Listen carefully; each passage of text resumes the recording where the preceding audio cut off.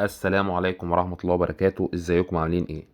النهاردة في الفيديو ده هنشرح ازاي اللي انت تحل مشكلة ما تكون على موقع دوبيزل وبتيجي تسجل بحسابك بيقولك رقم الهاتف مستخدم قبل كده. المشكلة دي واجهت ناس كتير، وعايزين نقدم الحل في الفيديو ده. وعشان ما اطولش عليكم ندخل في الموضوع على طول. ما تنسوش بس تعملوا لايك للفيديو واشتراك للقناة لو استفدتوا من الفيديو.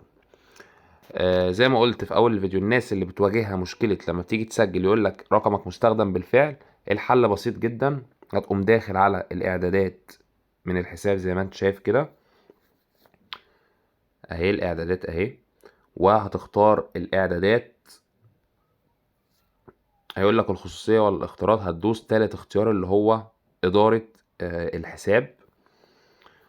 بيقول لك تسجيل الخروج ولا حذف الحساب، لا هتختار حذف الحساب. وما تقلقش من حذف الحساب اهو، هو كاتب لك ايه: بعد حذف حسابك كل اعلاناتك هتتوقف ومش هتظهر للمستخدمين. تمام. يمكن استعادة حسابك في خلال 90 يوم من تاريخ قفل الحساب. انت هتحذف الحساب او بعد 90 يوم سيتم حذف الحساب نهائيا.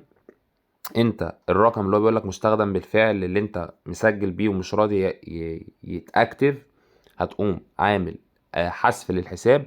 وبعد ما تحذف الحساب من على الهاتف خالص، هتخش على جوجل بلاي تحمله من اول وجديد بالتحديث بتاعه الاخير، وهتسجل بالهاتف بتاعك عادي. هيقول لك وانت بتسجل هل تريد استعادة حسابك ولا عمل حساب جديد. لو استعدت حسابك، الحساب اللي هو القديم بتاعك اللي انت شغال عليه كده كده هيفتح معاك، وهتكون المشكلة بتاعة التسجيل كده اتحلت. جربوا الطريقة وشاركوني في الكومنتات لو في اي مشكلة او في اي حاجة نقدر نتواصل ونحلها سوا. انا تحت امركم. وفي نهاية الفيديو بشكركم على حسن المشاهدة، ونتقابل في فيديوهات تانية، والسلام عليكم ورحمة الله وبركاته.